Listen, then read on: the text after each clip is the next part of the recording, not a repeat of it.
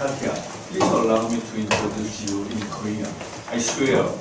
I don't say any word negative about it. 여기 카티아 나우만은 뭐 저하고는 거의 한 10년 가까이 이런저런 작업을 해왔던 역사가 있죠. 지금 라이프치히 대학의 이 라이프니츠 인스티튜트 for the History and Culture of Eastern Europe의 지금 시니어 리서처로 있는데요.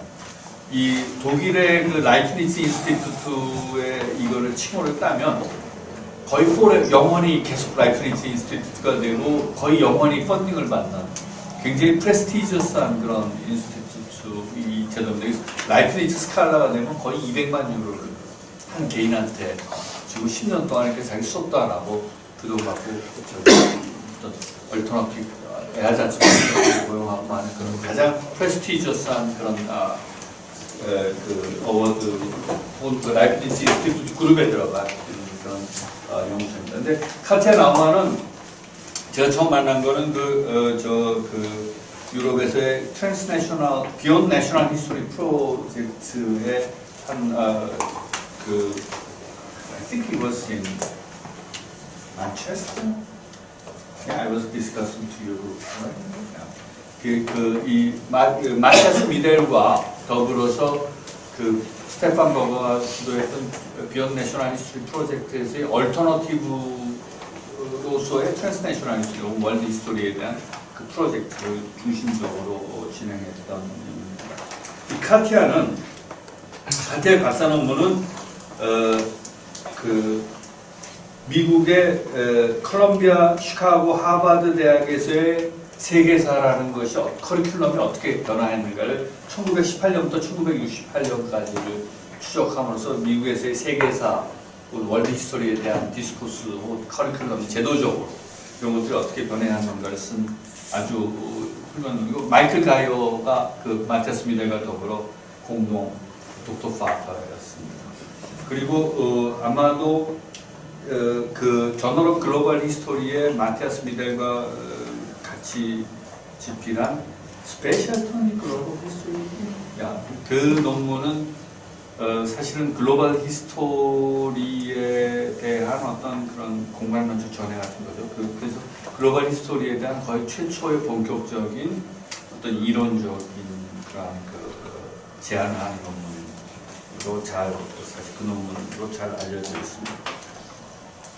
그 외에도 무수히 많은 티칭과 어떤 스칼라십과 여러 가지 경험이 있는데 현재는 유로피안 네트워크 오브 유니버설 앤 글로벌 히스토리의 회장으로 있습니다. 그래서 이번에 8월 말에 부다페스트에서 유럽의 글로벌 월드 히스토리하는 역사가들의 컨퍼런스가 있었는데 거기도 했고 실은 제가 지금 네트워크 오브 글로벌 앤 월드 히스토리 오가니제이션스의 회장인데 이 카티아는 유럽 오가니제이션스의 유럽 네트워크 회장으로 저희 노기스트의 총무 역할을 하고 있어서 저하고는 이래저래 자주 얘기를 하고 일도 많이 같이 하는 그런 일들. 그래서 하지만 이번에 한국 방문은 처음입니다.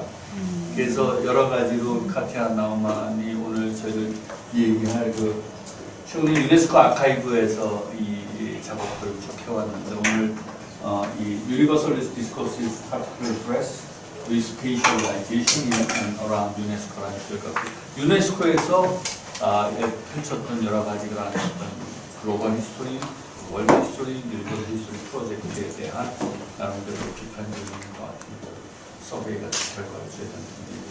우선 따뜻한 박수.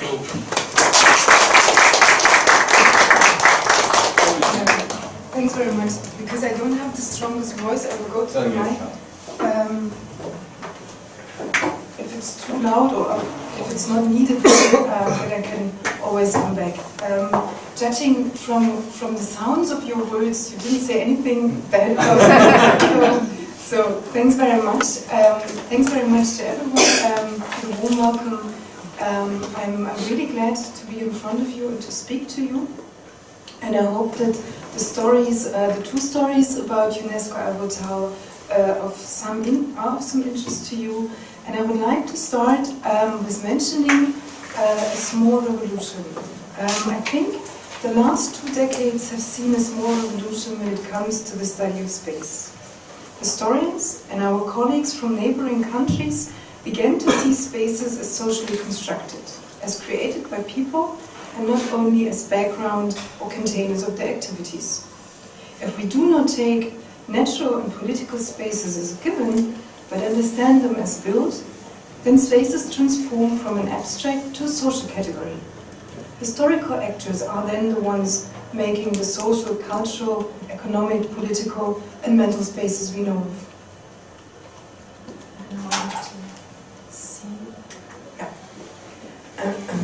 And I should say that please do interrupt me if you either have difficulties understanding me or if you have questions that you want to raise immediately. So it's not, I have a script here, I will read it out, but it can be interrupted. Such an understanding of space, often summarized as the spatial term, has made the notion of space much more flexible. It has pluralized the spaces we are aware of and the variety of actors and social groups producing them. Linked to that, spaces have become changeable, appear as specific in time and place, and are not at all neatly bounded as we tended to think.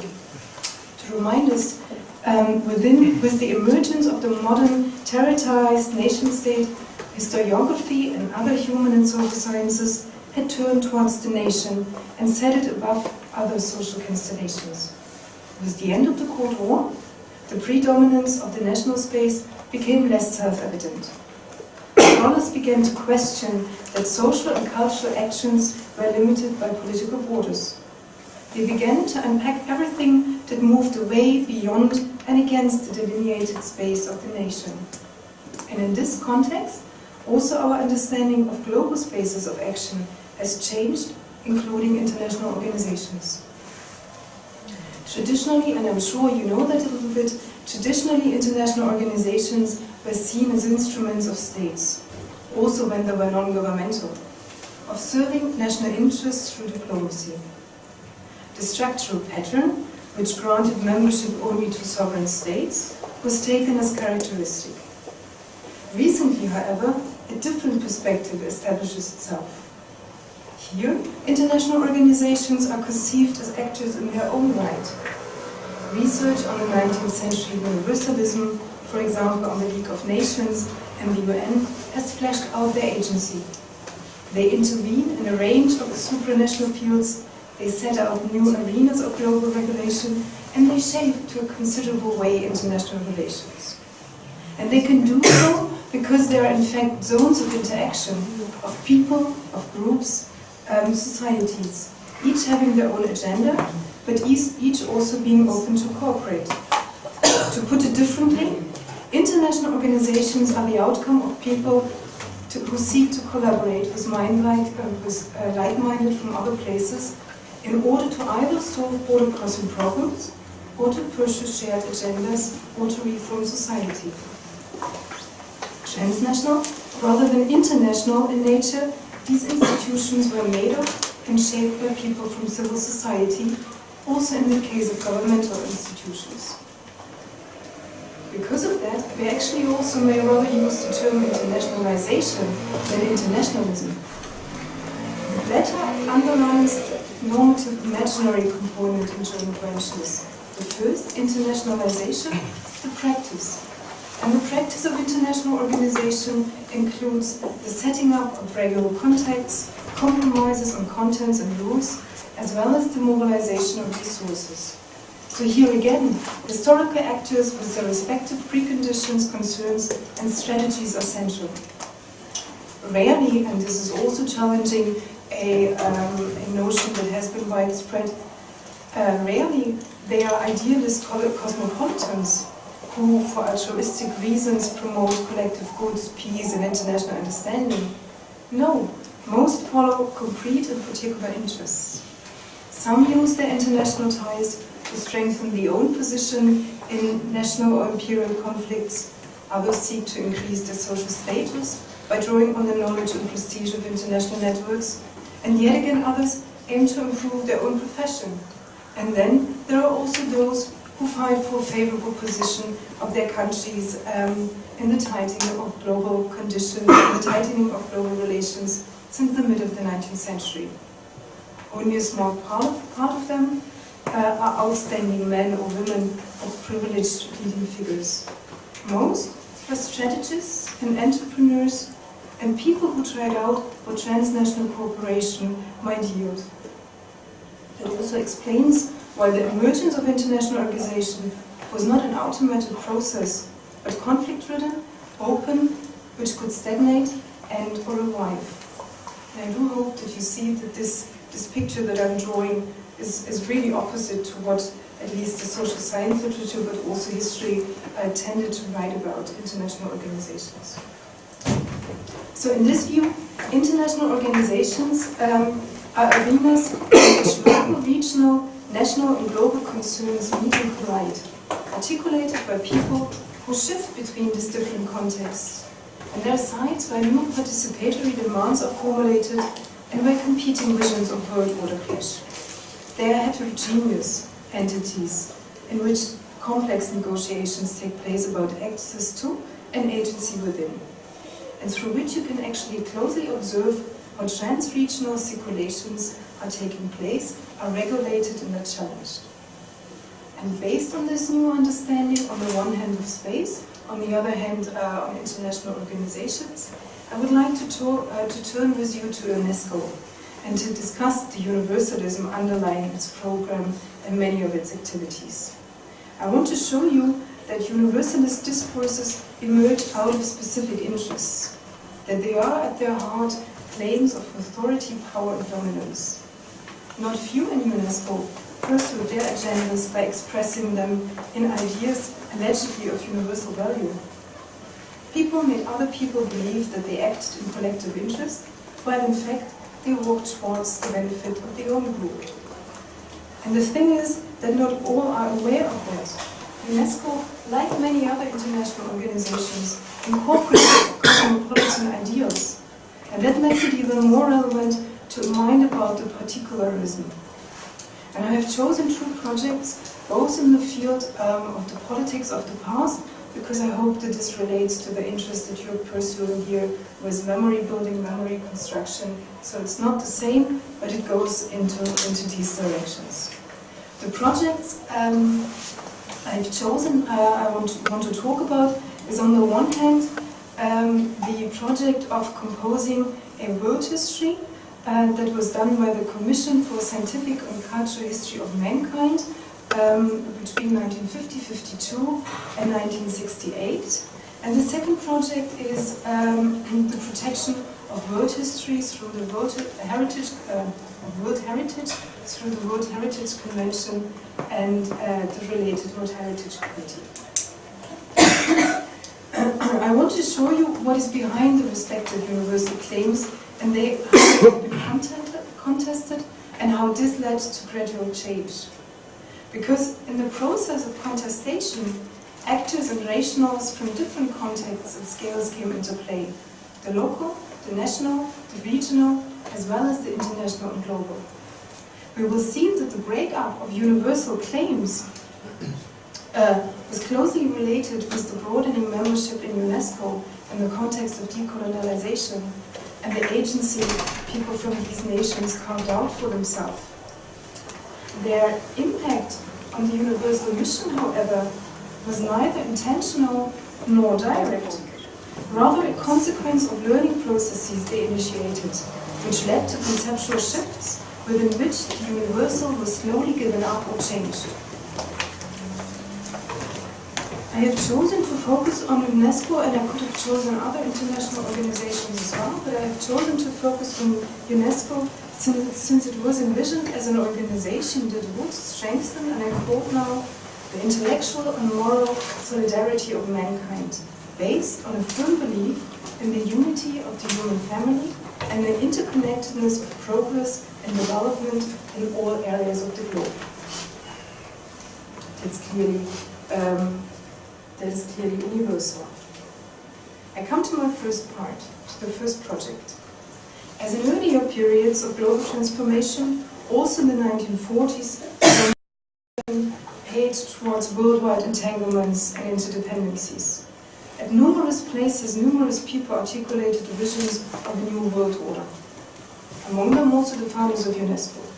And as before, this outlook provided the impetus for world history writing, about historical reflections. And also UNESCO turned towards history and its representation in curriculum and textbooks, with the main aim to outdo national history. Only a few months after UNESCO was established, Julian S. Huxley, whom you maybe know, he was the head of the former preparatory commission, stated, I quote, "The chief task of the humanities today would seem in the construction of a history of the development of the human mind." And in May 1949, Lucien Febvre, a French historian and founder of the UNESCO, was asked to draft an outline for such a new history. That is him, and not the best picture. And I'm there are probably better ones, but I didn't find better ones. I put here some quotes to illustrate what he had in mind for this first internationally composed written world history, which is an event in itself. So Febvre suggested what he called a non-political world history that would offer a thorough non-Eurocentric perspective. To him, the great stages of interchange and borrowing needed to be reconstructed, to show that all people have communicated by exchanges and the borrowing of another's particular wealth. Trans-regional exchanges and processes of transfer were to be followed across time, encounters were to be highlighted, to encompass everything that circulated from one group to the other. From all that will emerge a picture of humanity in motion, constantly shifting about in an endless series of transcontinental migrations, which will make clear that the partitioning of the world is nothing but a fiction. There are strong quotes, of course, but it's remarkable that at the end of the 1940s, these things are articulated clearly in relation to world history. If you think about the more recent debates in the field that started in the late 1990s, we're basically rediscovering or reformulating this position here. So based on these conceptual ideas, a 9-page table of content was written, which was approved as a general guideline for the history of mankind, which was authorized by the 5th General UNESCO Conference in 1951. The responsibility was handed over to an international commission, which I mentioned already in its name. It was self-standing but contracted and financed by UNESCO. And it was also foreseen that the 6 volumes were not to be assigned to just 1, 2, or 3 authors, but to the largest possible number of scholars around the world. The hope was that international knowledge and collective wisdom would provide a history explaining that people all live in the same world, belong to the same humanity, and have a common history.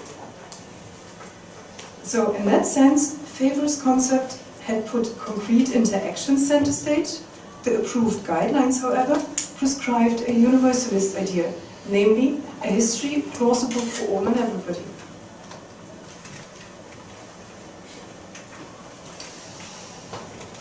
The volumes that were to be written were meant for the wider public, for the training of history teachers and for use in schools and colleges. Planned for 5 years, the work lasted over 2 decades, with the last volume being published in 1975. And you may be aware that the follow-up project of that, the history of humanity that is now in many libraries, was started immediately after, namely 3 years after in 1978. And remarkably, the last volume was published in 2008, so the production process was even longer, and that is the immediate. What I'm talking about is the first edition. We now have the second edition at hand. And much of what was hoped in the concept what they hoped to be accomplished proved difficult to accomplish in the end. However, counting all together who have been involved actively brings about 300 scholars, educational experts and politicians from more than 50 countries.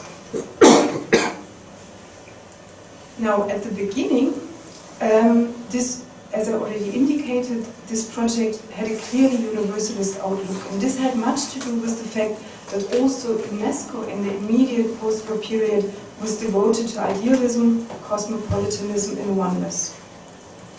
But this outlook was also the result of the lack of knowledge about non-Western scholarship and small international participation at the beginning.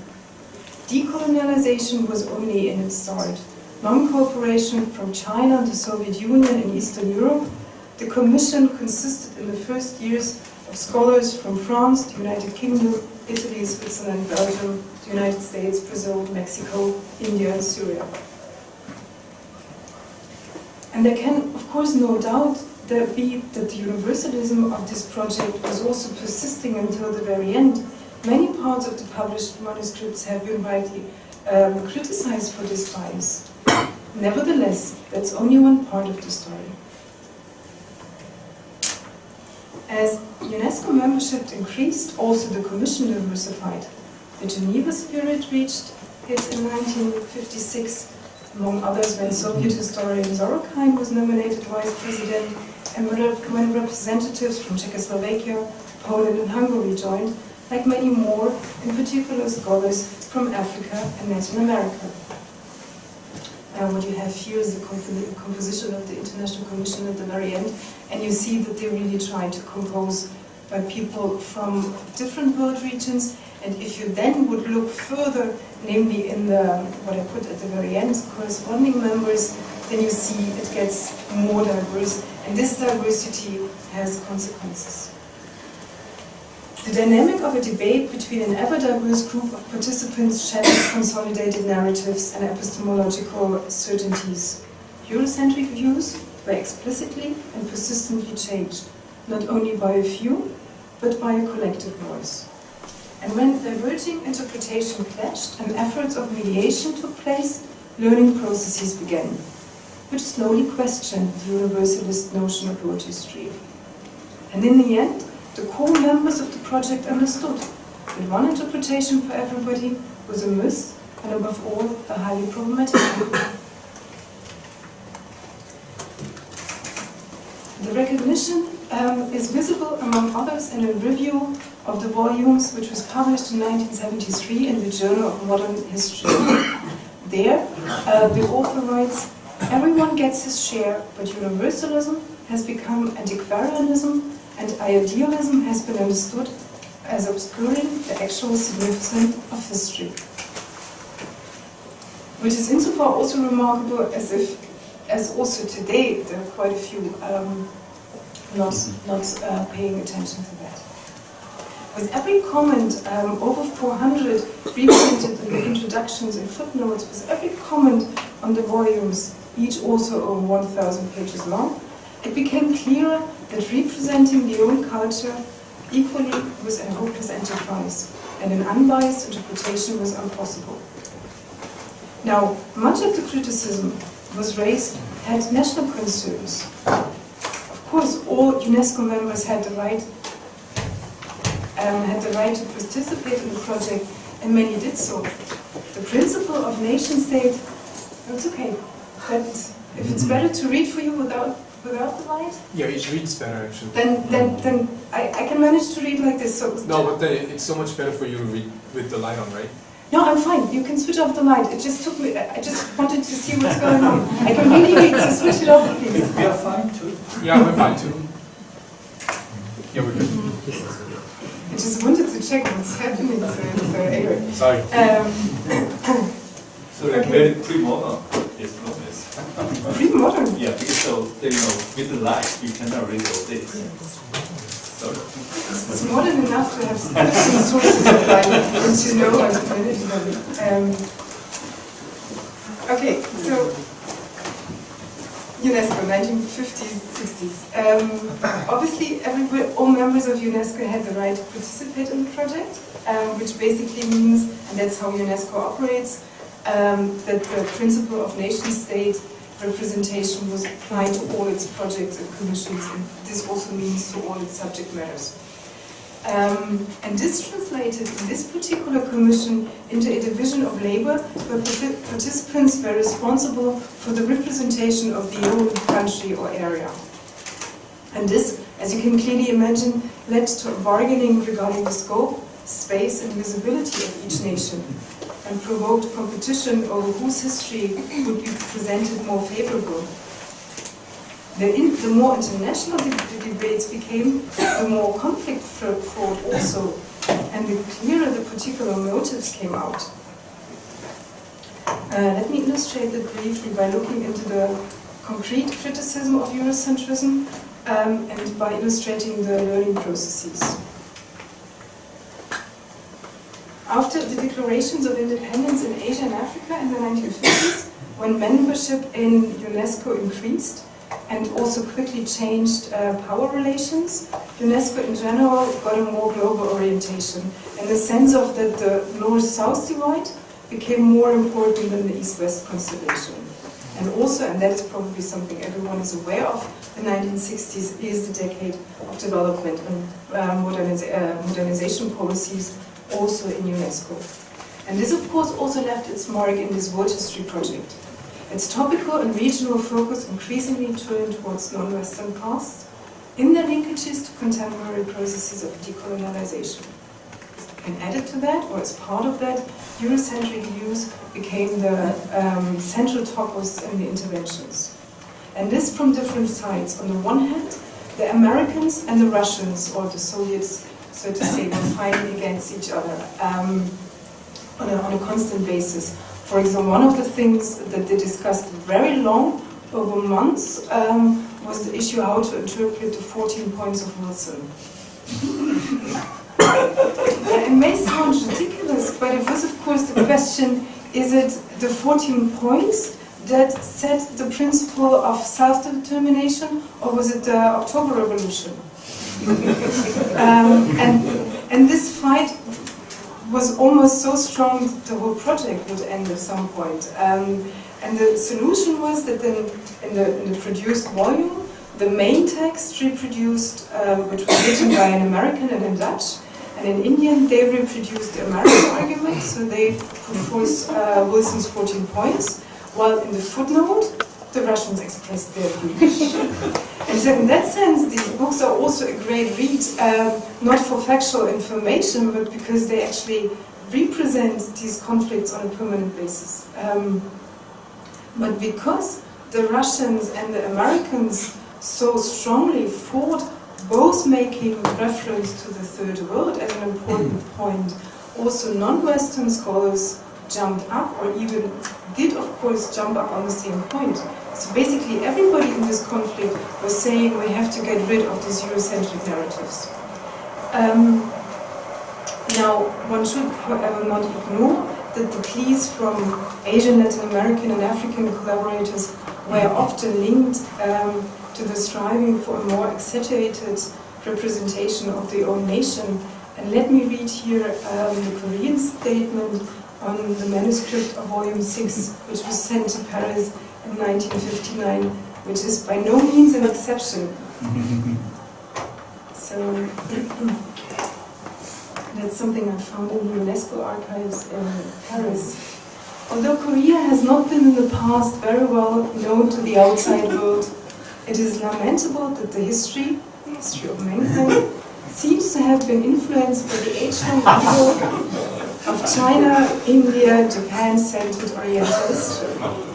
To be honest, Korea was a hermit nation in the recent past, and later, during the most important period of the 20th century under foreign rule, suffering from every sort of hindrance to her natural growth and development.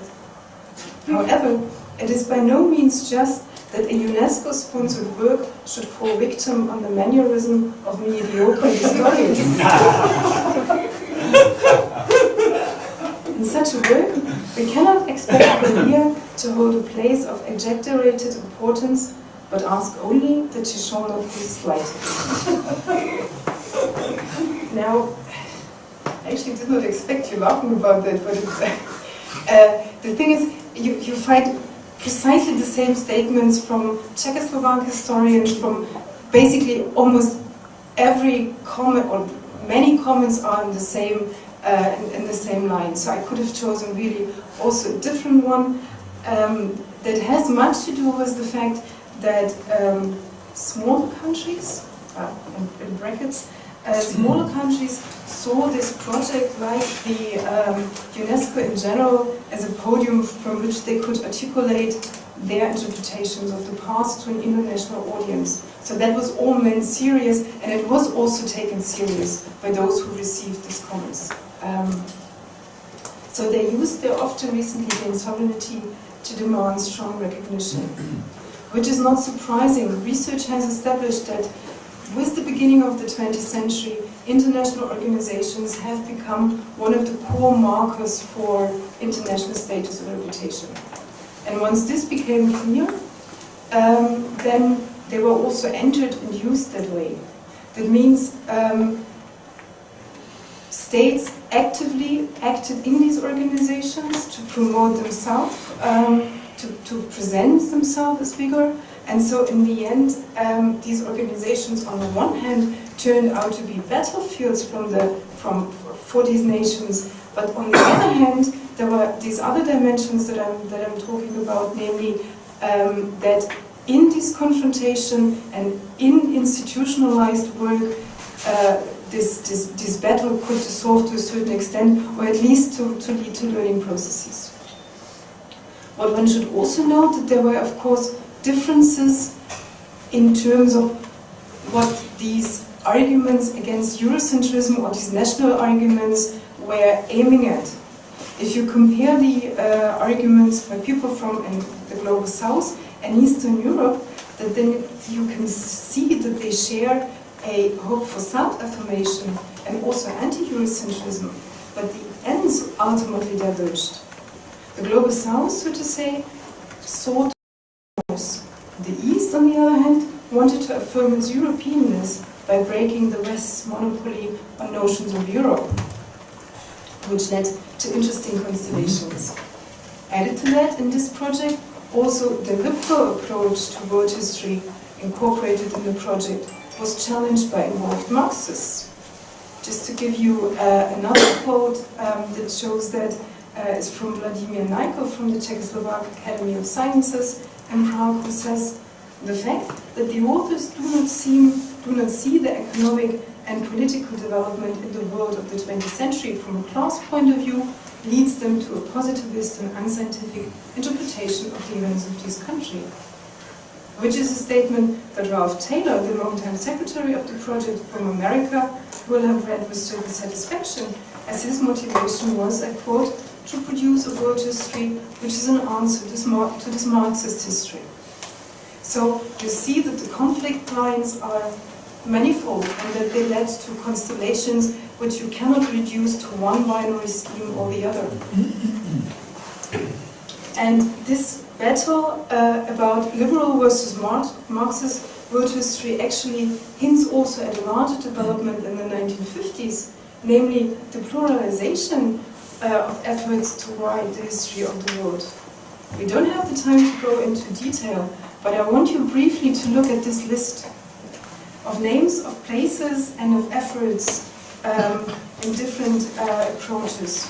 We have the Russian Academy of Sciences, and William McNeill driving the US-American field into new directions.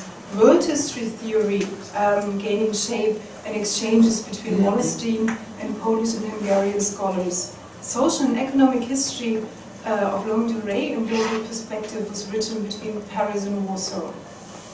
This development, and with this I come to the third part in my title, this development can be read as a re-spatialization in the field of world history writing, which became polycentric.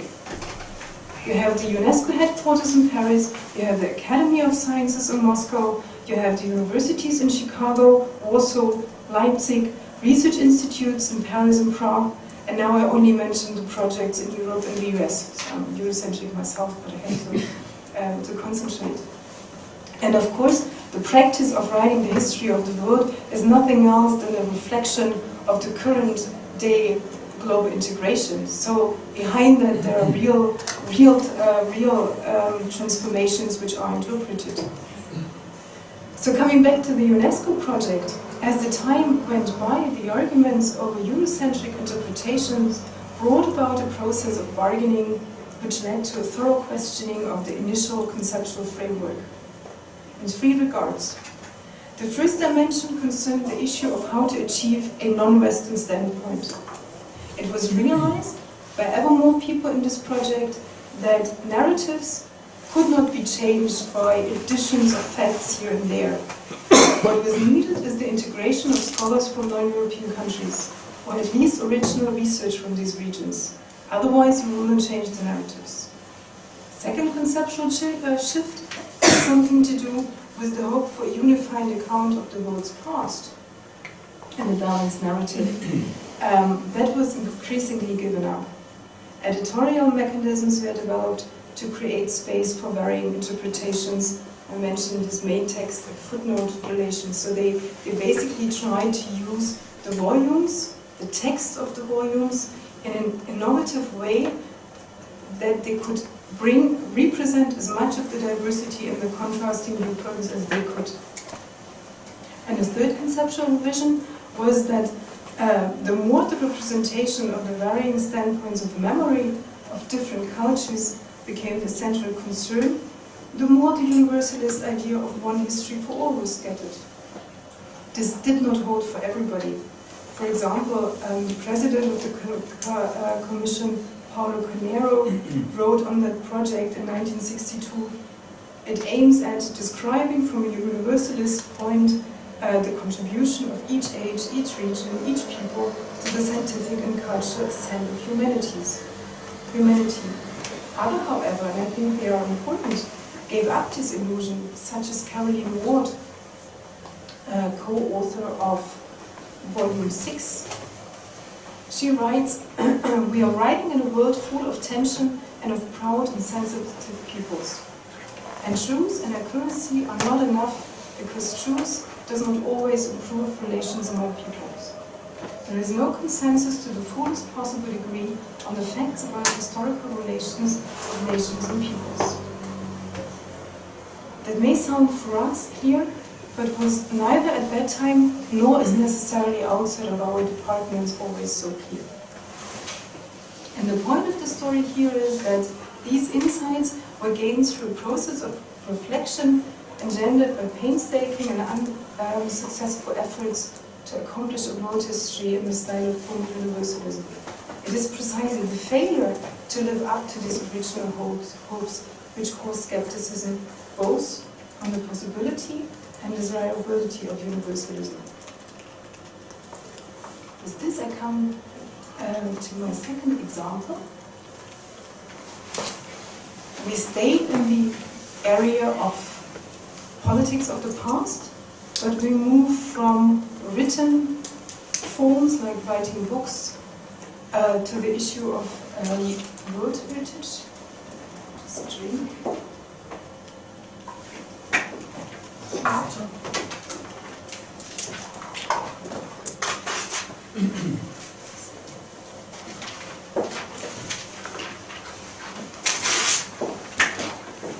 So that gave me the chance to do something to the voice, and with you to switch to the different to the second topic, which will be a little bit briefer.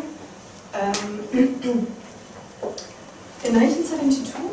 The General Assembly of UNESCO adopted the Convention of World Heritage, and it's a very long constitution that selected few quotes. The considerations of that were the disappearance, that the disappearance of any item of the cultural and natural heritage constitutes a harmful impoverishment of the heritage of all the nations in the world, and that the protection of this heritage at the national level often remains incomplete, and that it is used incumbent on the international community to participate in the protection of this heritage of outstanding universal value by granting of collective assistance. Clearly world-embracing idea.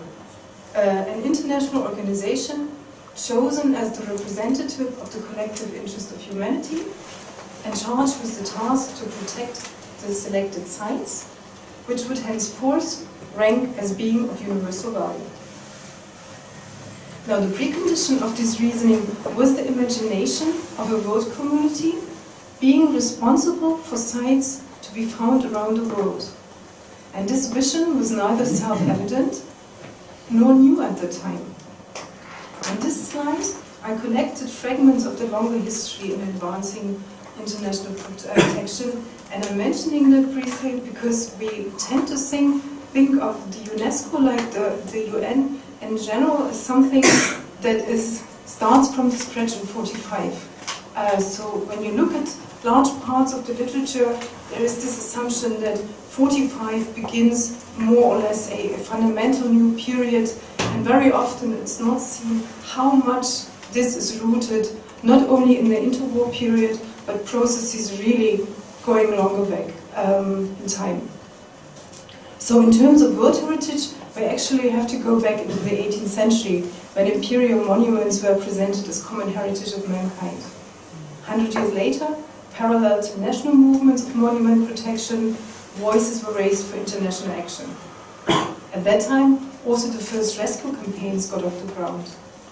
World War I, heritage, after World War I, heritage protection became a topic in the League of Nations, thus a field of wider intergovernmental cooperation. And after the next war, and that's then indeed something new, the common heritage of mankind was introduced into international law, and the issue was inscribed into the agenda of UNESCO. One of the first things that UNESCO did was creating in 1950 a monuments collection committee. It also, and that's typical for UNESCO, it also created a whole range of new institutions in the field. For us, in the following, most important will be the International Council of Monuments and Sites. And UNESCO began to become active in norm making in several conventions before. The last convention that is there on the slide, in 1970, the Conventions on the Means of Prohibiting and Preventing the Illicit Import of Ownership of Cultural Property. It's a long name, but it basically says don't take objects from one continent out of the other. That has something to do with colonial possessions. I mentioned this convention because it stands in sharp contrast to the World Heritage Convention, which came into life 2 years later. The first, this one, embodied a particularistic vision of ownership. Here, every heritage belongs to one group that produced it or its descendant. In the case of the World Heritage Convention, the idea was that there's something like a global ownership, at least at the beginning. That's where they started. And that is indeed new, as this basically had at its heart the idea that there is a network of localities distributed around the globe, which in sum, taken together, miraculously, makes up something like the globality and heritage of mankind. Now this global, this universal concept, that you can imagine that, was not unchallenged. On the one hand, there were these local competitions about, or there were the local claim, that's our side, we protected ourselves. On the other hand, also in the international era where very different agendas at play when claiming for this internationalization. And I want to show you these different claims in 3 dimensions. I can do so only briefly, and that's why I gave you here 2 references for further reading. Just came out a book by Paul Duldahl. He is one of the more established or famous scholars in the new histories of UNESCO, and he published a book on UNESCO in its global actions and impacts. He is an historian, so that's an interesting read. And I gave here also an article which is in German, but which is very helpful for deeper reading in terms of the footnotes. So there you can get something out. The 3 dimensions that are telling from our argument is on the one hand the making of the convention, then the actual acting of the convention, and the change of meaning of heritage. I will be brief with each because the points are, I think, pretty much clear. When you look into the process of developing these dimensions, you see that there were two causes for that from two sides. On the one hand, there were the people in and around UNESCO who had been involved in these earlier projects that I mentioned from the beginning of the founding of UNESCO. So there were the people from ICOMOS and others, and they wanted to go to this end. On the other hand, there were US American scientists and environmental activists who in the 1960s established a calling for global protection of nature. They basically argued that something similar should happen to the world as has happened in the US, namely when the first American national park, the Yellowstone Park, was created. It was based on the argument that the value of this park is relevant for the entire nation, and so they argued there are other parks, other natural areas which are relevant and of value to the whole world. Now, this move that as such sounds good was motivated not the least by the fact that the former colonial powers lost control over nature in Africa due to decolonialization. And the strategy, the counter-strategy, was to present natural parks as a resource vital for the well-being of humanity, to demand, because of that, internationalization, and to deprive these areas from the control of the sovereign governments in the newly independent regions. The justification for the strategy was that they assumed that the newly independent countries would not take themselves care of these natural surroundings, that it's only Europe and the US being able to provide protection. The late colonial reasoning is hard to miss here. And these Americans initially wanted to pursue their project through the International Union for Conservation of Nature and Natural Resources, which was a non-governmental organization, so precisely not go through UNESCO because they feared they would not make progress there. But UNESCO and others opposed to that because it was very obvious that this nature protection regime would be financed and also controlled by the Americans. And UNESCO also protested and rejected an idea that had come up in the meantime also in the US and was articulated at a White House conference, namely the creation of the World Heritage Trust. And now you see how from different sides people were trying to institutionalize and to develop areas of global action. The reason why this idea could be pushed back has something to do with the fact that 1968 was really a watershed in the history of UNESCO in the sense of that was the moment of time when members from the non-European countries had the majority. And that basically changed the game fundamentally.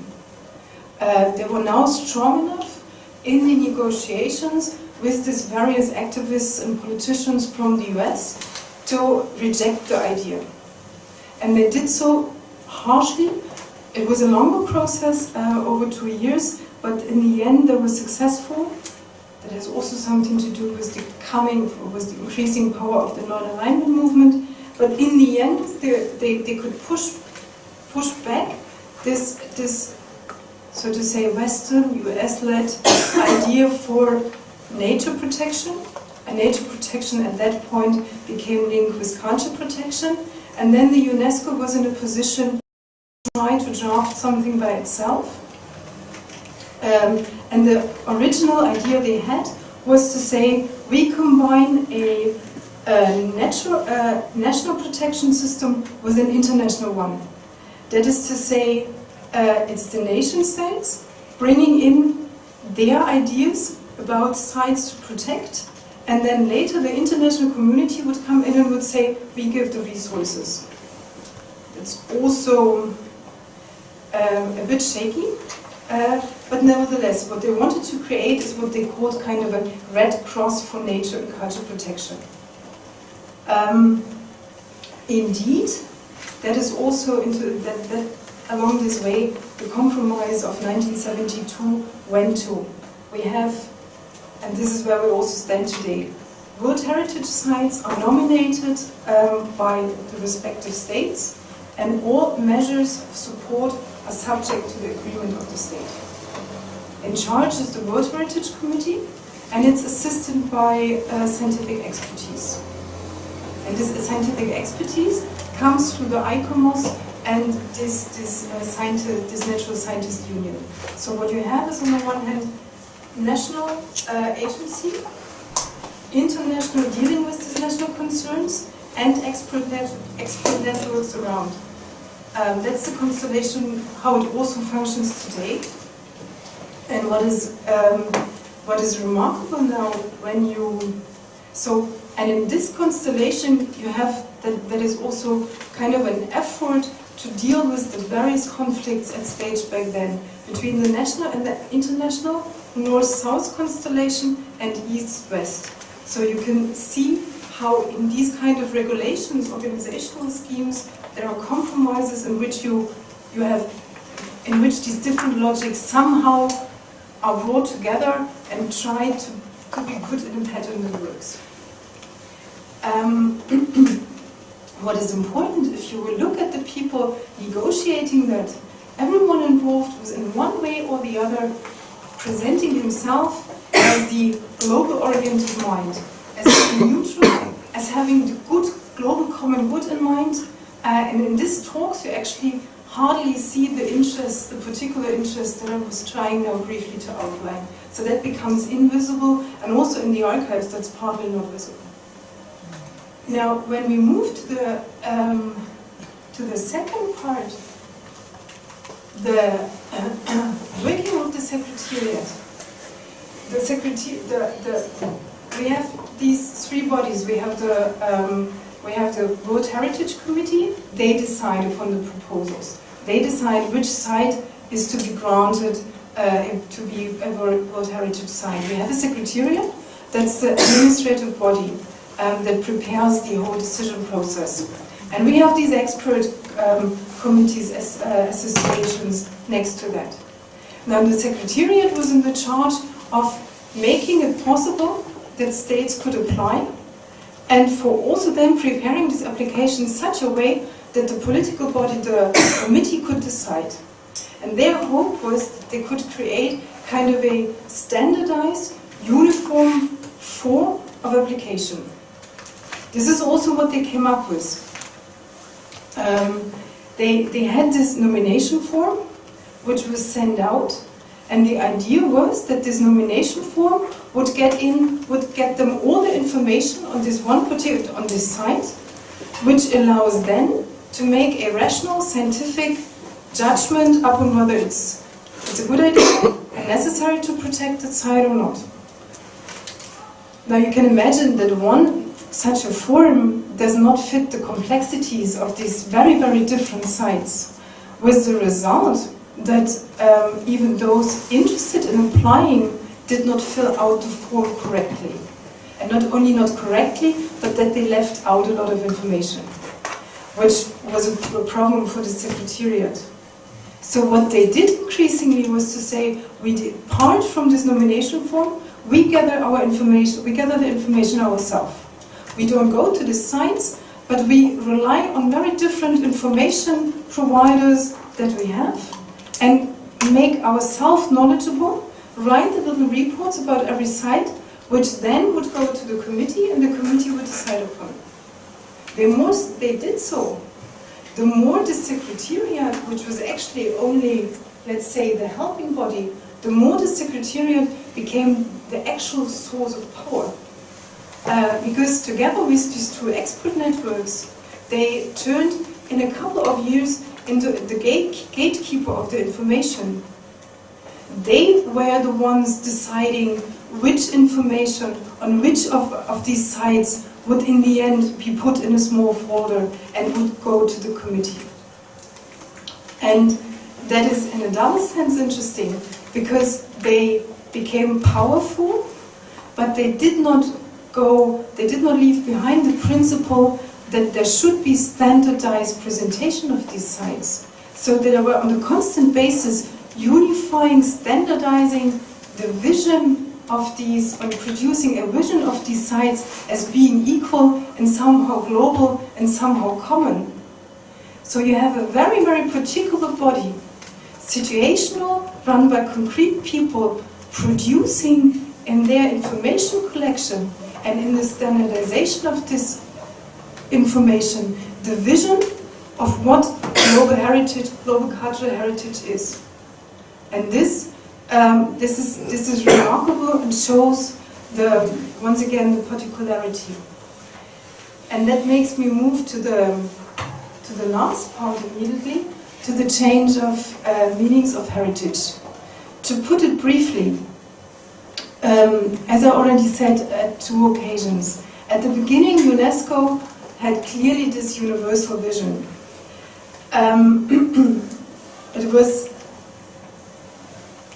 It had this universal vision, but this changed already in the late 50s, early 60s. Then, from the point of time, or at this time, the World Heritage Committee, the priority shifted towards enabling the states to preserve their own culture by themselves. That's also visible in the convention. So here the particular becomes the constitutive part of the universal. And linked to that, also terms such as civilization and culture become plural. So there's not one civilization, but there's many. And once this was inscribed in the idea of heritage of mankind, then it was, at least theoretically, also open to concepts of heritage from other parts of the world, and not just from Paris. There are several documents and also instances that describe that. I will cut that brief because we're moving towards the end. The main important shift linked with this pluralization is that it widened the understanding what heritage could include. At the beginning it was only monuments and relics, material relics of the past. And this restriction was justified at the beginning with the argument that you have monuments around the world where you, for example, written language, don't have everywhere. In the course of the 60s and 70s, the idea became more and more obvious that there needs to be a wider notion of what constitutes heritage.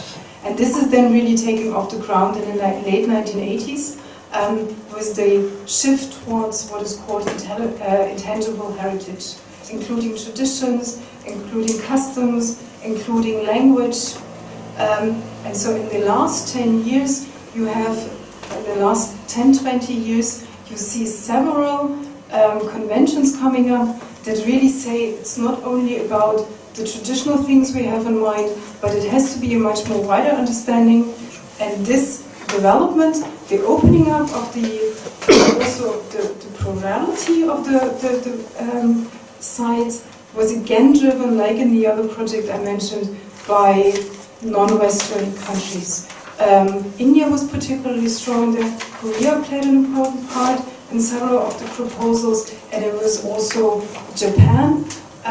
You probably know that in 2009, the general director of UNESCO was a Japanese, very influential there. So there is yet again a broadening up and a decentering of the notions and also practices.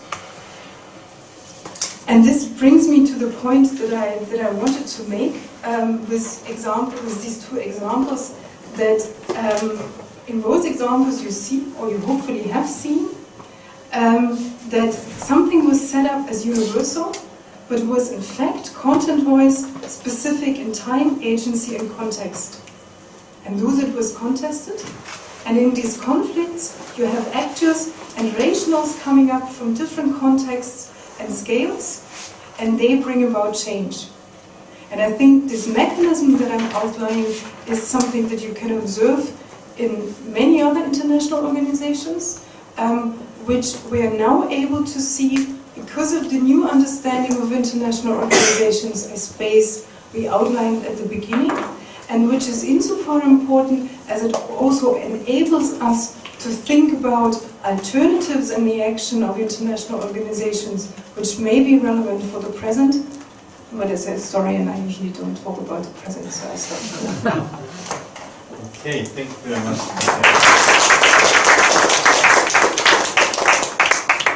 I think it is a very good example to show how has the national been intertwined with the international. And so it reminds me of my dear friend Sakai Naki's remark. The national has been always preceded by the international. So international first, then the national followed the international. And actually he cited this Westphalia, the agreement, as a sort of way of how the national emerged in the international diagrams. But anyway, do you mind continuing this discussion without pause? It's okay? Okay. Then just I'd like to open the discussion to the floor. Is there anyone who wants? Yes? Sorry, I came late, so I may have missed some of what you said. So Lucien Febvre's remarks. What was his role? Did he hold a kind of offshore post within UNESCO? Did he just so in what context did he come up with that report? In no official position. I mean, the beginning of UNESCO, the work was done by a couple of individuals who basically drew upon their own networks or recommendations. So he was really invited on the basis that he is a more or less well-known scholar. Also plays a role that he was in Paris. Through the Ministry of UNESCO, there was this competition between France and the US. So it were French impulses saying, let's ask Febvre. And then what I found in the archives is an invitation letter that is basically frankly asking for a concept of a world history that UNESCO might do. And then he started writing. I mean, it's as continuous as it is. Here, and then Sang-Hyun, and then Song. Yeah, I got a minor question. You kept mentioning the actual participants of this whole project, but you refer to them as their nationalities, but I might have missed it, but you never mentioned who they are, what they do. Well, especially from those from so-called Global South, and I was also very curious about who would be operating this this administrative committee. What do you call that? The secretariat that became the gatekeeper. Like, who was qualified to work in there, and who was the actual peoples? It's a good question, and this question is usually it's difficult to answer in the presentation, because then you would have to deal with many names, which is confusing. So it's easier to write that down. But it's an important question, so it does not make sense. I mean, confronting the ambition of offering an actor-centered perspective and then mentioning a few names creates attention.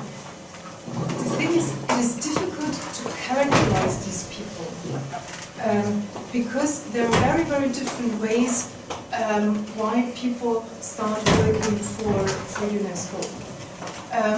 And they also have very different backgrounds. If you look at this World History Project, it is historians, it's people from educational politics, it's also sometimes simply the National UNESCO Commission that gets the manuscripts on the table and start reading them. So you have people with different vocations, use also different expertise, being involved in these processes. The same is the case when you look at the sources of information for this secretariat. There are sometimes the people on the ground actually working on these sites, I mean being there and running these sites. It's sometimes people in the national governments in the ministries of culture reporting. It's sometimes scholars being either near Paris or at other places. So it is, and that is probably sometimes difficult to realize, but it is highly contingent who gets access to and who not. Which also explains in some ways the weakness, but also the capacity to change of these organizations. There are, of course, there are classical ways how you would march in or get into UNESCO. But in fact, on the ground, there are many different ways, and this is particularly the case in the 50s and 60s, when such an organization had to get off the ground. So I mean, we have this more very often the image of a full-fledged structurally working organization, but that was not the case in the late 40s and 50s. So it was much more open, but I would even argue that it's very open today. Who they are, to answer this question, we have in fact to really go to the archives to get out the names and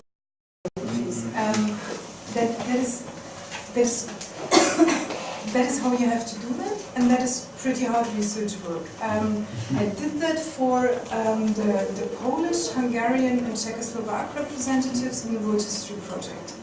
And what I found interesting, so what I looked at was who was reprinted with comments in the volumes, who was mentioned in the communication that is stored in the UNESCO archives, and then I tried to track down the biographies of these people. And what is interesting is that among those who were scholars, it was in fact a new generation of historians and area specialists who were sent to work in this World History Project. So it was not, as we would assume, the big established historians of these nations. And then I asked myself, well, that's strange. I mean, why not the big shots? Why this younger generation of almost postdoc researchers? And this has something to do with this pluralization of projects taking place. The big names in historiography, but also in humanities in general at the time in Eastern Europe, they were involved in other projects.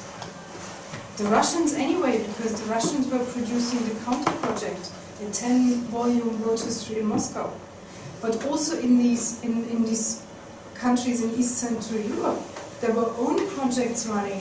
There were exchange processes, I mentioned that, between Warsaw and Paris. And these scholars, they were transnationally cooperating and were not so much interested in becoming involved in UNESCO. And this is also then an indication that sometimes groups we would not at all expect participate in these projects or also decision-making processes. I think I can say something about those very strong presence of Polish historians in the project. Alexander Kirchhoff, people say that his French was better than his Polish. And then Witold Gula, yes, he was very close collaborator with the Anna School. And Antony Mongchak, wonderful medievalist, but whose French is really wonderful. And also Topolsky and Tasbir. So I mean that it was very much related with the Francophone things. And so in the Solidarność movement era, so Witold Gula, his son, the Marcin Gula, he just remembered that his father used to get the packs of cheese and wines and butter, bread from the French historians, And then so I think they had a very strong connection with the French school. Especially those historians who popped up in your slide. So that I can say about this Polish delegation to this project. But it's very intriguing. Yeah, and just one remark? And it's not these French who participated in the UNESCO project.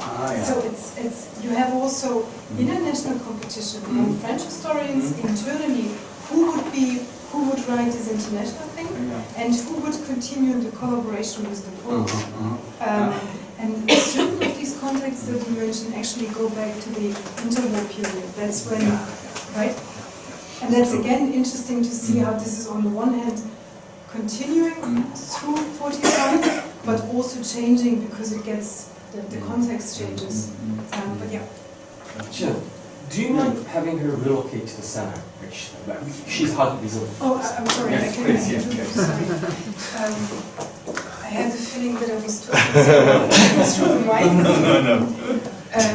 But I Well, can now be a little bit live. 상현 and 성호. Right. 상현. Before I ask my own questions, in relation to these questions of who the actors actually were in the story, in addition to their nationalities, I think Professor Lehman, you also mentioned UNESCO, so it'd be nice to know which groups belong to which schools of thought in history, because historians are not really homogeneous groups, right? There might have been Marxist historians and those historians subscribe to different type of historiographies and so forth. So it'd be nice to know what sort of mixes of different schools of thought were there and why and so forth. But they are not my real questions. Okay. So while Lucien Favreau might have imagined a non-political history of mankind, the production of historical knowledge that reached beyond national boundaries, I think, was an inherently political project, right? Especially in the face of the emerging Cold War. And the Soviet Union became a member in 1954, and you mentioned that many non-European so-called third world countries became members of UNESCO. In the 1960s was the United Nations' first developmental decade.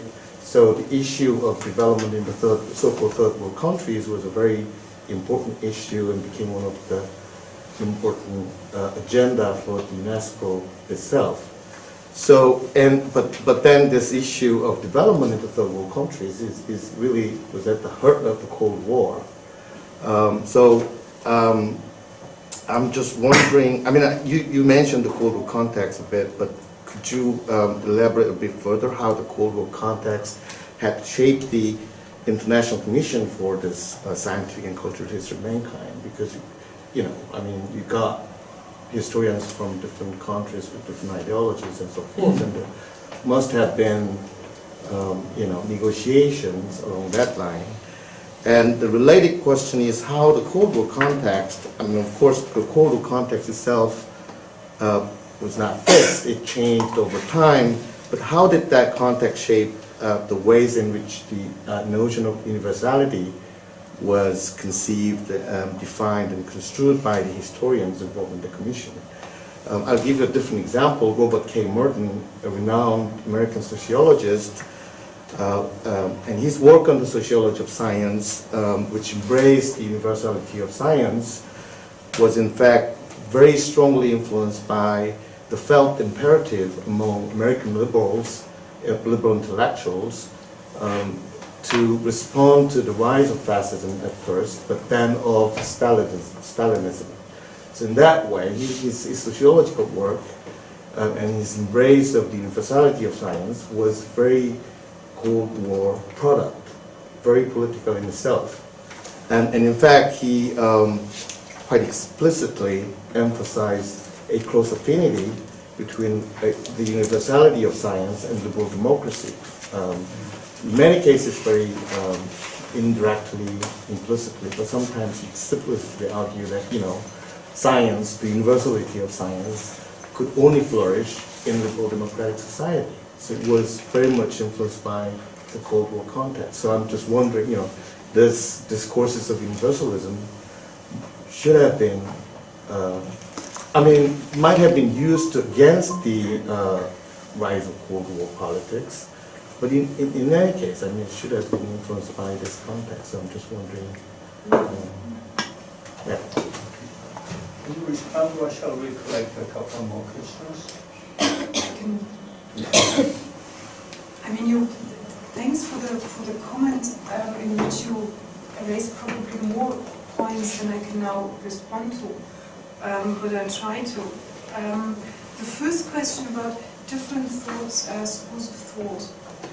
I I think I can see from where this interest comes from, because that is, we as historians or historians of science, of the humanities, when we look at our disciplines, we are confronted with these narratives about different schools of thought and how they relate to each other and how they change. It's also the whole approach about paradigms, right? I mean, that's the thing that we learn to think that in historiography and in other disciplines there are changes of paradigms related to schools of thought.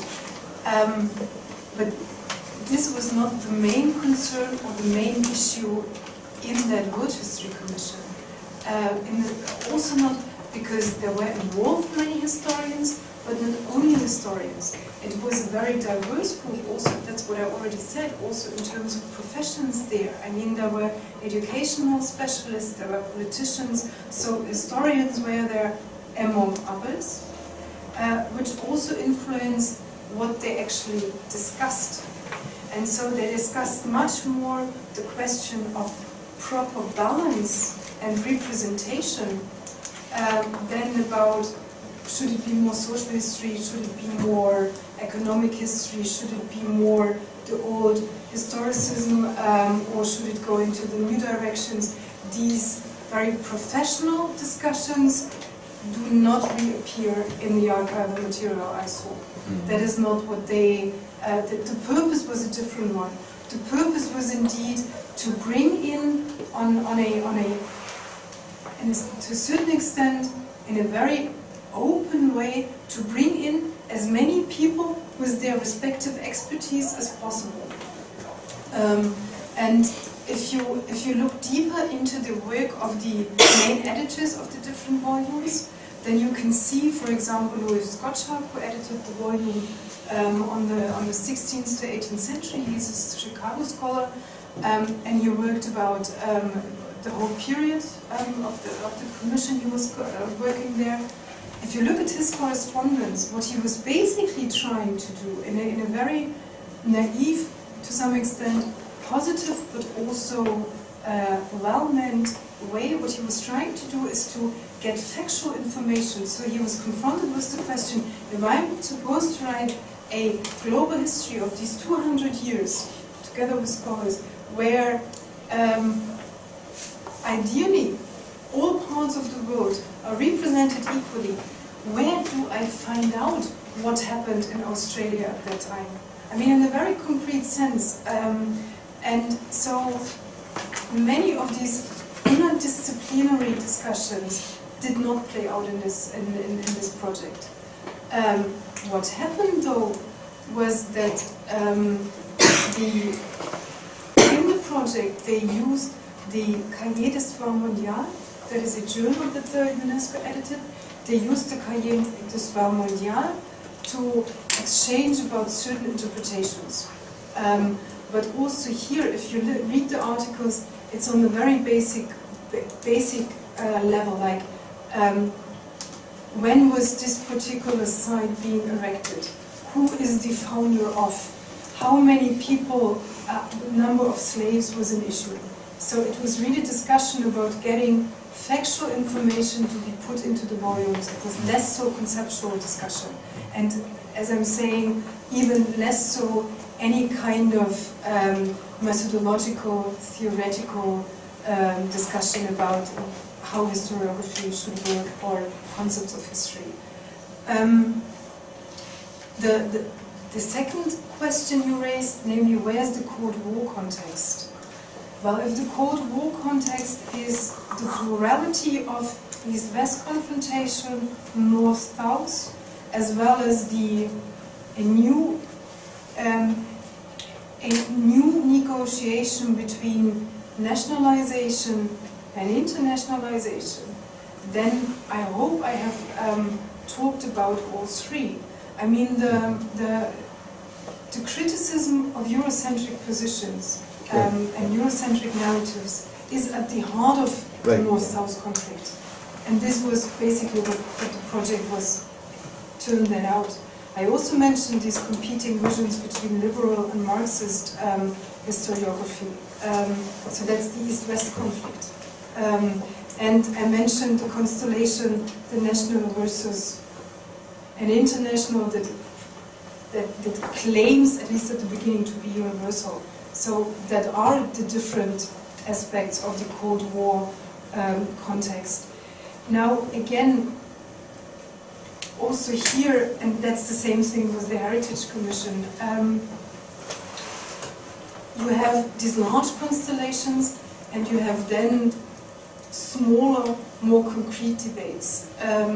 In the World History Project, I mentioned, I gave this example with the 18 points of Wilson.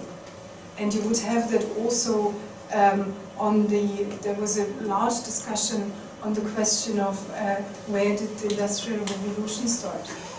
Obviously, I mean, that's also that's something we are discussing. They were discussing that as well. But this was then discussed very often, at least on the surface, in terms of concrete facts and concrete development, and in reference to research literature, and through the back door as an ideological thing.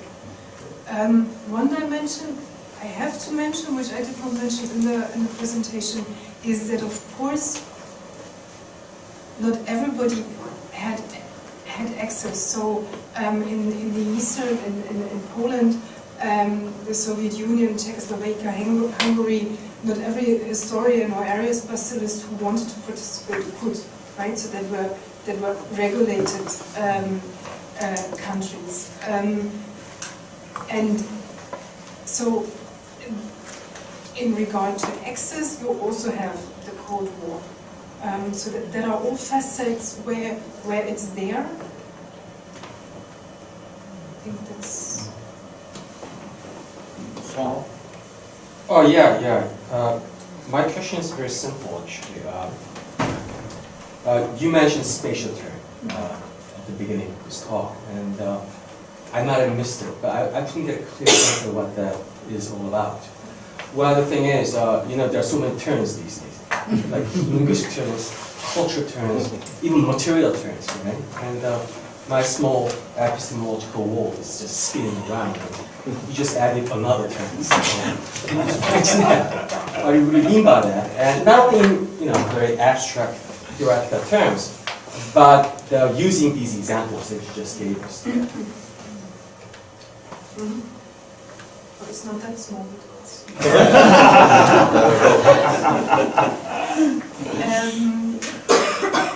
And if you'd ask me, I think the spatial term is the most important one. I think I did that very briefly at the beginning, and I did not spend more time on that because I did not want to overload you with too much of this methodological, theoretical discussion. And you were also asking for concrete examples. I think you can learn in historiography, although I think the new reflection about space comes rather out of geography in the 1970s with David Harvey and others. But if we now stay with historiography, then it's on the one hand the effort to say when we reconstruct history, it's not only time that matters, but also space. And we have taken space for a long time for granted. We wrote the history of nation-states, or of nations, and of the relations between these nations. And everything else was subsumed under these categories. But spaces are produced by people, and those do not follow a clear scheme. People moved across, beyond, and away the nation, and created other spaces in which they lived or to which they referred to. The best examples are usually the groups of migrants moving between two cities and creating what has been called a social space that is not at all limited, does not fit to the nation state. And so with the idea, with the understanding, we have to take space serious. There is not only one space, but there are many. Cities, empires, border regions, the nation state, but also international organizations. So there are many spaces, and these spaces overlap, and they are produced by concrete people, though they are always specific and are hard to, classify. I guess that is the core of the spatial turn in historiography. And to give a concrete example, and that picks up to the question that you had about the concrete actors in the project. I must say I only had 1 hour, so if you take the quote by this representative from the Czechoslovak Academy of Sciences, Vladimir Neiger, he, on the one hand, represented his context as which was the Academy of Sciences in Prague. So he represented Prague scholarship, or he is by his person very much defined by a very local academic institution, was sent to this project as a representative of Czechoslovakia, read and commented these papers through the eyes of Marxist historiography, which is somehow shaped, also biographically, by the East Bloc experience. But he, in other comments, transcended all these frameworks, namely his local background, the Academy of Sciences, being representative of the nation state, being also somehow representing the East Bloc or Marxist historiography, and he transcended these spaces when he got close to to concrete subject matter, where he commented as a professional in reference to his colleagues at places which would not, if you would kind of create of these places, make a network, would yet again have a different space or geography. So he was acting multiple spatial roles. So he had a locality behind it. He was coming, he was Czech and Slovak, but he was coming there, playing also the role of a Czechoslovak representative. Is that, so what I'm trying to say is that in this one person, and what this person stands for, and how he acted, and what he did, you see the overlapping of these different spatial logics. And that is something that we tend to see only in the last couple of years in historiography, or tend to see that in the sense of that we are making the argument that it's the plurality of spaces that is, and people like him who are important for the development of societies. So the argument that is something that world and global history postulates is to say the connections that people build between their social roles and the spaces in which they are situated. The connections are a crucial driving moment for development. Well, I mean, to be honest with you, I'm not exactly sure if that's what David Harvey meant by space, but No, that's not. that's right. And my next question then becomes, what kind of analytical approaches can you gain by using this concept of space? For example, this Czechoslovak historian. As a good American, I would just simply say that he had many hats to wear, right? Prague hat, Czechoslovak hat, Eastern Bloc hat, communist historiography hat, and he just changed his hats as he writes these comments and histories. And what makes this spatial metaphors or spatial logic a more powerful, more efficacious explanation of what he's doing than just say hat? He's using different hats. Well, okay, I see. It is a metaphor, right? Yeah. So, I have only one hat.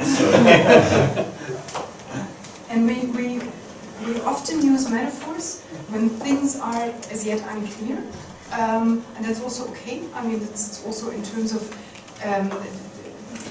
historiography is often heuristic. We want to make things visible, but not necessarily explain or theorize them. So in that sense, it's helpful to call that having different hats. But if you want to try to get a deeper understanding what these hats are about, then to see that through the lens of space can be helpful. And it's not, I mean, that is probably something that is self-evident to all of us. All these terms are suggestions to see things through a particular lens, right? So they are not saying things are such, and I'm also not saying that space is the most important or the only way of prospecting or presenting things, but they're a suggestion to see things that we know in a different light. And that's what this spatial turn suggests, namely to say that the fact that he wears these different hats enables him to transcend certain logics that others have taken for granted. So it allows him to comment in a particular way on certain issues precisely because he can change these hats. So it is consequential. It is not just jumping around and, you know, changing these hats, but it's in his case and in the case of many others, it's the ability and capacity of understand different contexts, the limits and the potentials of these contexts, and do something creative. So the analytical suggestion is that we see a certain kind of agency. And this agency can be emancipatory or can open up possibilities, but it can also be used to close them.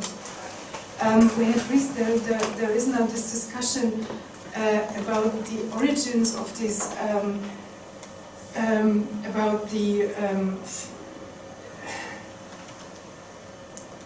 to give a different example, I'm sorry, I'm jumping now, but it's, we are understanding step by step that many people were able to act in different contexts, and not only in the sense of that they would themselves survive, but that they would change, control, and dominance and power. And in the end, I mean, you're familiar with Harvey, in the end, is space an invitation to think about power. Can I just add one thing to that discussion? The spatial time, right? I think you may want to make more explicit the politics of knowledge dimension to your spatial term. I mean, I think the historian of science, Stephen Shapian's discussion on the place of knowledge might be useful. He argues that all knowledge, even the most esoteric technical one, is locally produced in a very specific historical, social, and cultural context. And then he argued that the questions of whether this sort of locally produced knowledge can travel from one local to another, and if it occurs, whether it is the same knowledge, needs to be empirically investigated rather than simply presumed or taken for granted. So I think that's what exactly you're doing, and you know, and that sort of knowledge eventually comes to be perceived as universal or global. So you're dealing with the production of knowledge about the local and the global at the international agency, and it is not the way in which academic or other types of knowledge is usually produced. I mean, all the knowledge is produced at the local sites with specific local meanings. But you know, this is a project of producing global knowledge, and a lot of, you know, epistemologically that really raises a lot of interesting questions. And I think, you know, the spatial term you're talking about can be extended to this politics of knowledge dimension. So. Well, you see, I would hardly support or underline your description of what I'm doing. And well, I'm not. No, that was very helpful because it also made clear to me what maybe should be, what I should once again repeat. So we know from the literature of the history of science, but also from the history of humanities, we know that knowledge is produced locally. And this feeds into the whole discussion of the relation between the local and the global. And we read and discussed a lot the relation between the local production and the universal ambition, nature of knowledge. What I'm trying to argue is something yet again different. I'm on the one hand saying that the global production of knowledge is equally local when it does not take place locally. Right. That is to say, of course, and there are good reasons, there are studies on that, UNESCO is based locally in Paris, so that is an influence. We had that, I mean, it's the French that drive that institution. But keeping that aside, also these global spaces of knowledge production, like international organizations, are local. Right. Local because they are driven by people who have local backgrounds and contexts in which they remain. Right. The idea of these moving institutions and mobile people that somehow represent a global that is above, that is a myth. So you have the local also there. And the second point I want to make with these examples is that it is not only the local and the global, but that we know of more spaces. The local and the global is a chiffre for seeing very different social and political spaces. And they can be different from person to person. I mean, it's difficult for us to get out of this hierarchy which dates back to the 19th century, that there is the nation, then there is the city or the local, and then we have the international or global. But in fact, they intermingle in these contexts. And that is what is analytically so interesting, to see in clearly global spaces where these other references come in, because it helps us to understand how these global spaces or international organizations function. And you can do the same for the level of for the local level and see how does interaction trickle down. I mean, Michael Geyer has asked this question. There is this proposal, analytical proposal about portals of globalization, and he says, well, this analytical category asks the questions: how does the transnational enter the national? Or to put it slightly differently, I think the global and the local should be seen as the result of complex social, cultural, and political processes, rather than treating them as essentially as categories so that you can, box things into local box and global box. It should be seen as a result of all these complex processes. I guess that's what you're trying to. And we can only describe these processes, or let's put it that way, we can do empirical research only on particular phenomena. I mean, we can then try to theorize that, and we can also develop other narratives, but when it comes to rediscovering these things, then it has to be specific. And that's why that's also one of the reasons why I did not talk about UNESCO at large, although sometimes we said, let's look at two concrete projects and structures in UNESCO to follow this interplay. And coming back to your remark, I think this is analytically something new, that we look at the interplay of these different spaces and references and belongings and contexts, and that we try to see them indeed not as pre-given, in a pre-given order, but under negotiation in open processes. At least from what I know from my reading of the older literature, also on the history of international organizations, not even to talk about what political scientists or social scientists write, there you don't have that. And the fact that you don't have that explains also some of the tiring and unfruitful debates about international organizations and what they can do or can't do and where they can go and should they be reformed, can they be reformed, are they powerful, are they not powerful, these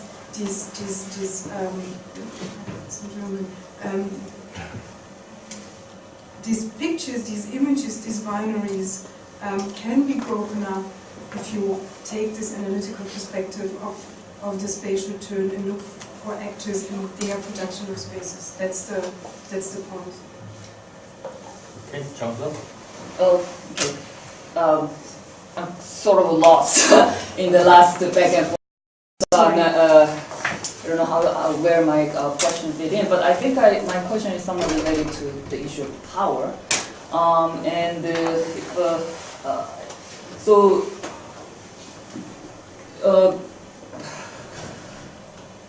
You've been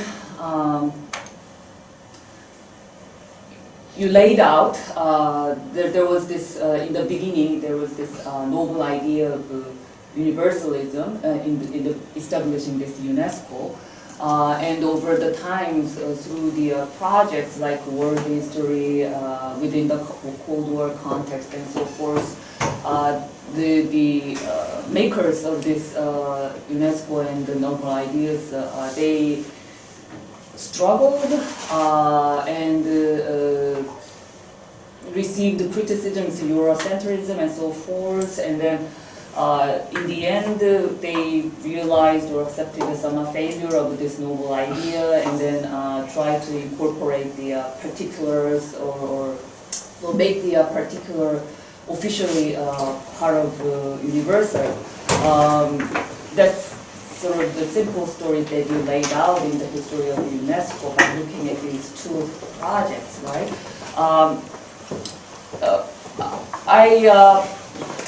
I like the story, but at the same time, can one argue that maybe it's kind of not necessarily incorporating particulars as part of Universal, or especially I've been following some of the cases of World Heritage projects within the context of East Asia. So from looking that angle, can it be some kind of a new method of realizing some kind of cultural governance by the UNESCO? Yes, enlarging the member numbers, accepting the particularities as a legitimate elements of the universalism. But in the end, you mentioned there is this tendency of standardization of the process, and so kind of in the end, it's kind of, can one argue that it's kind of making another sort of meta-universalism?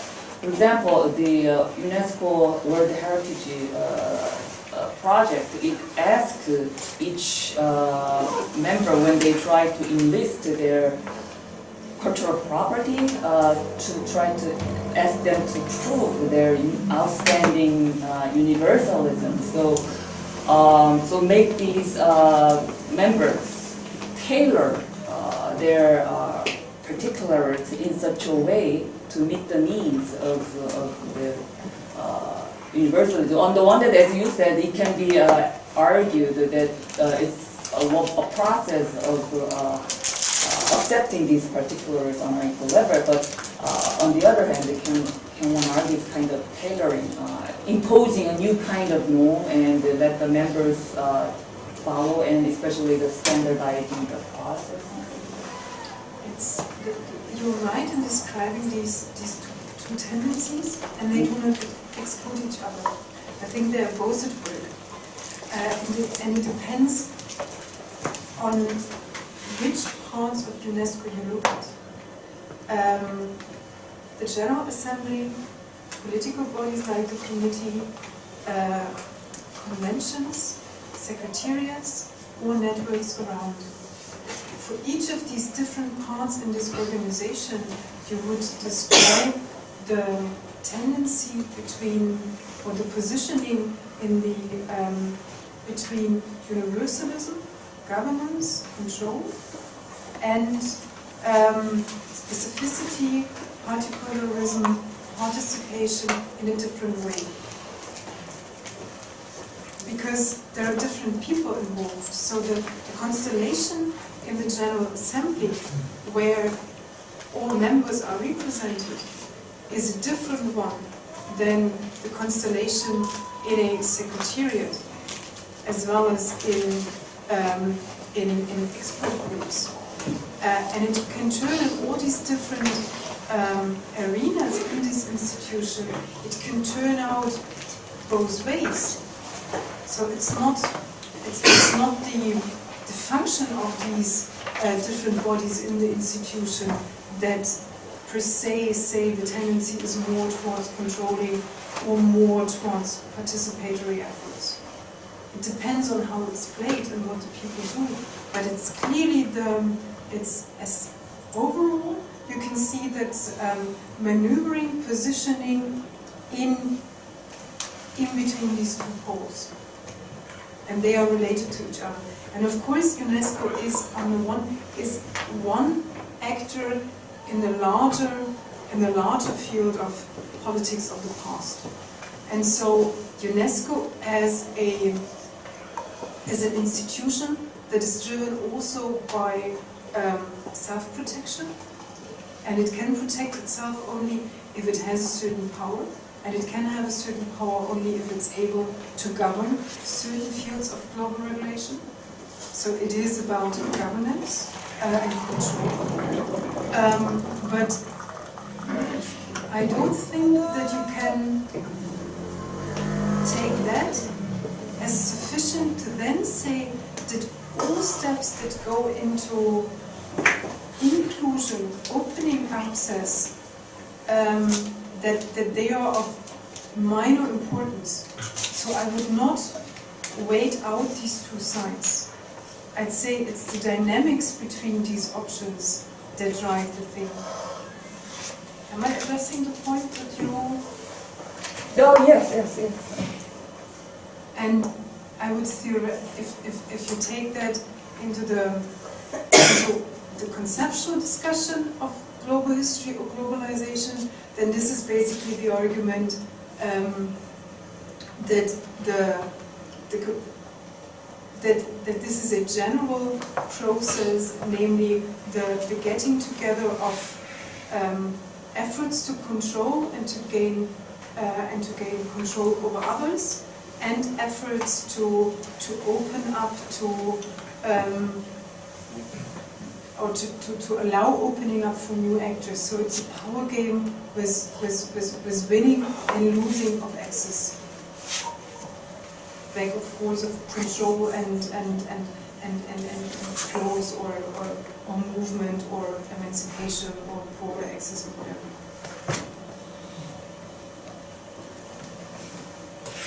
Okay. But in the meantime, Kijun, why don't we let our wines breathe? Those poor wines are suffocating. Yes, intake, please. So yeah, I got like when you go to the question, there's two questions on my mind and one question that was derived from this back and forth kind of discussion. So first question is like I think it's quite important to see, as you mentioned, this exchange and the interplay between these different poles. And for me, it seems like UNESCO itself seems to be a kind of the agent, which, I mean, I might be wrong in certain expression or something, but it seems to me that UNESCO has been kind of the agent which acts acting as a kind of the party which collect this kind of local knowledge in this global stage, and the question that I had from that stage is that, and after that certain global knowledge is produced or processed by the UNESCO, then I'm wondering about this next step, maybe like a kind of the dissemination of this global knowledge to the back and forth again, back to the local area again. So, for example, UNESCO collected this local knowledge into this global scale, and how does it go back? And does UNESCO also play quite an important role in to conserve like the education project and something like that? So that's my first question. The second question would be a little bit different, but this whole discussion just led me to the question of also the notion of the culture itself, because this discussion of the particular and the universal itself, and the gathering of all this particular into one category of the universal seems to be the understanding of the UNESCO, this international or the universal kind, their own universalisms, it seems to me. And that also just remind me of some kind of one of these certain cultural projects of UNESCO, for example, like the Convention on the Protection and Promotion of the Diversity of the Cultural Expression in 2005, talking about the cultural kind of exceptionality of the culture itself, saying that there are just all different particular cultures around the world, so collection of all this particular will be the universal. If that's the kind of the message, it seems to me to suggest that they assume kind of the exceptional kind of the aspect of the culture itself, that each culture has its own specific kind of aspect and things like that. And the question that I have from that issue is that doesn't it also reflect kind of the on the other side issue? Like, doesn't it also reflect another kind of national interest, or doesn't it also have a kind of tendency to benefit this national interest of the individual players around the world? And I also kind of wonder from the question that not only all this conflict between the East and the West, and also the South and North, it seems to me also that it's quite important to see this also this in conflict among the big players in the UNESCO, maybe between like Anglophone countries and maybe the Francophone countries. And just based on my shallow level of knowledge, it seems to me that Francophone, especially France, played its really important role in the running of UNESCO itself, kind of fighting against this kind of cultural imperialism of the United States and the Francophone countries. So, yeah, that's just kind of one of my questions. The French played a big role, but there is this French-American confrontation, we mentioned it at the beginning, but they also did not play a big role in all areas of UNESCO, so not in all bodies and not in all fields, so one also there has to be specific. I mean, in the end, this whole discussion of what world heritage is about, the efforts to change understandings of the universal. In the end, I would say what UNESCO and many others try is to deal with difference, to find interpretations and concepts that allow to incorporate difference without letting difference to be the only thing in the room. So without letting everything fall apart. It's concepts that give, I mean, once they moved away from the idea that it's all given and one, which was there at the beginning. But everything that comes later, the principle of cultural diversity, the principle of giving the national more the nation states more space in determining cultural heritage, which means emphasizing the local, that are all instruments, let's put it that way, tools, concepts which are meant to navigate through difference. And difference again on cultural difference, difference in terms of historical difference, and insofar, it's also not surprising that the same tensions that were there in the beginnings are also there in the 1990s. So they struggle with the same thing, but maybe this constellation is also not to be dissolved. It can just be, in each time, be formulated in a different way, and then be criticized in terms of whom does it exclude and whom does it include. And I could have, that is true, I'm still trying to find the proper answer to your question because I maybe have not understood it correctly. I could have told a story about these two projects also through the lenses of dealing with difference. but that was simply not the thing I wanted to emphasize today. And we know that we can tell about same phenomenon, different stories, depending on what we want to show. Which is not arguing for completely relativistic.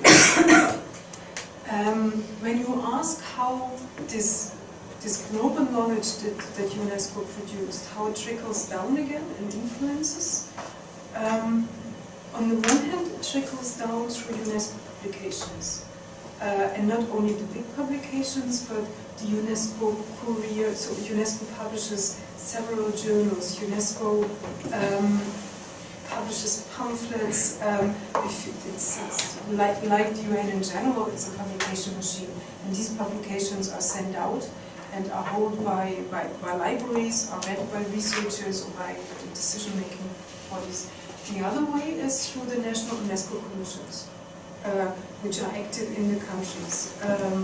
The third mechanism is field-specific, depending on who are the other actors in this field in which UNESCO is in interrelation, which receive, which read, which receive what UNESCO is doing. So again, following the argument that the international is not dissociated from other spheres, there are connections in very different ways. And UNESCO trickles down due to the fact that we're now talking about UNESCO.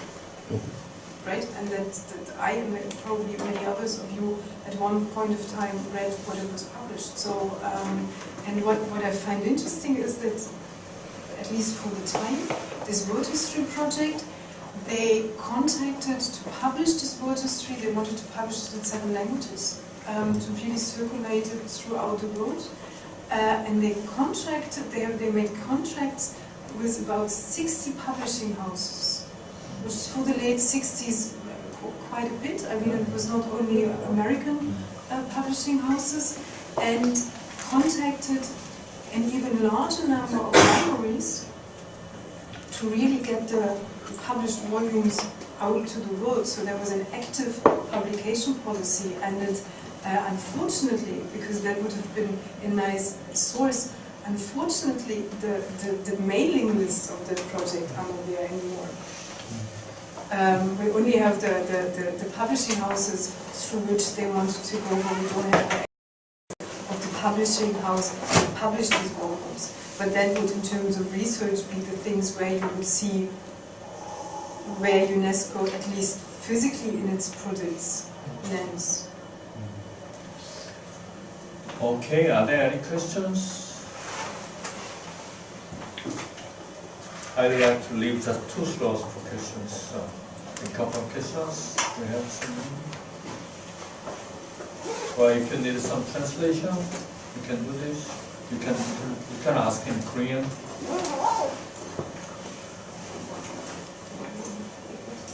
Yeah, he will translate. He was a professional translator.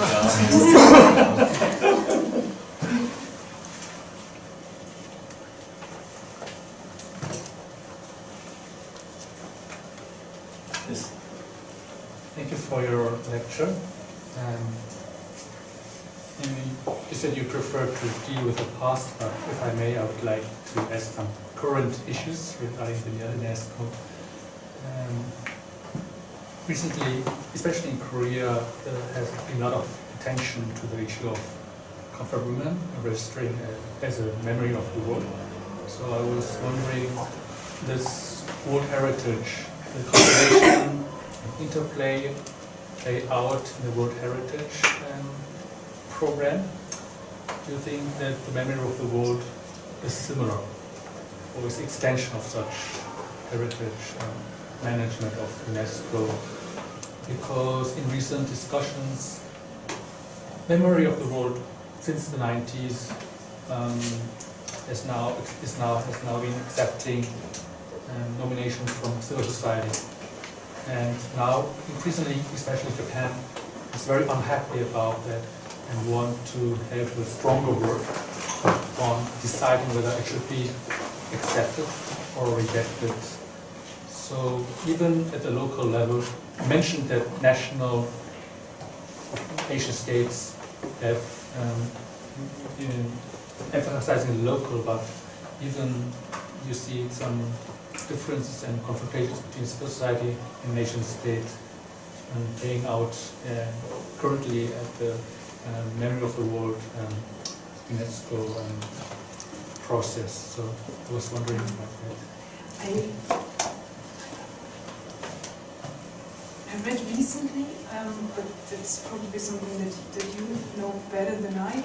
I just read recently that, I read it yesterday, that on Tuesday UNESCO opened up the next decision-making process on what would be the next group of World Heritage Sites.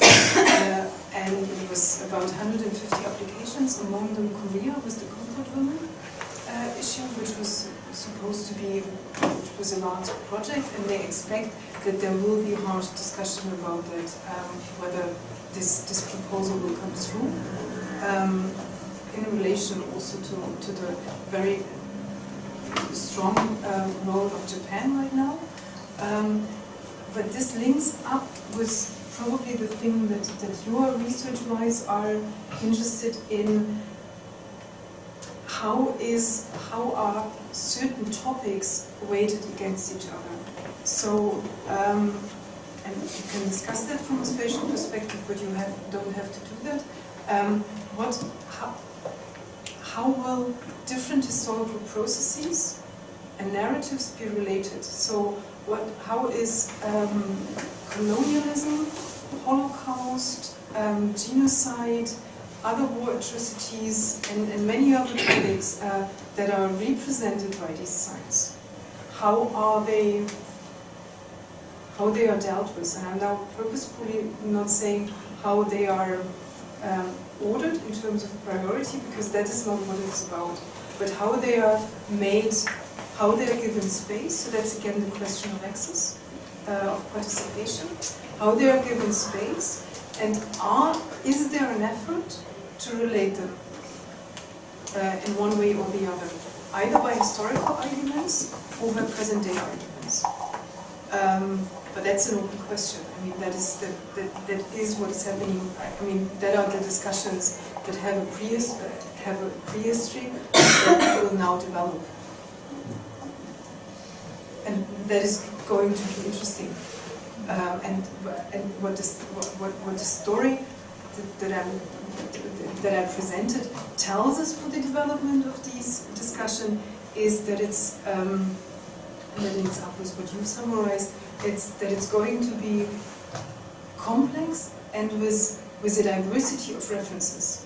So it will not only be the logic of Korea versus Japan, of war atrocities, colonialism versus other historical topics. It will not be the Asia against European decide. It will be a mixture of these constellations.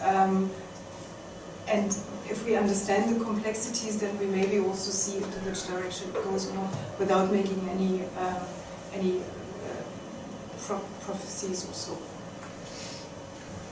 Okay. The final question. Okay, if not, I'd like to conclude today's session with a small information about the new UNESCO project to write a global history of mankind. Actually, did you meet Louis Osterbeck in Lisbon? By his request, he requested Shish to be in charge of writing a new global history of mankind, and this Matthias Miedel and the Laurent Tissot, and myself will represent this Shish in this new project. But I think that your knowledge and the information that you gave us about the prehistory of this writing world histories by the UNESCO will be very helpful for us to prepare this new project of global history of mankind. But the so good thing is that the previous one lasted for 13 years, so I think we have enough time. That's good news for me. Okay, thank you very much, Katja. And so some wine and you can just drink wine and some coffee with Katja and just one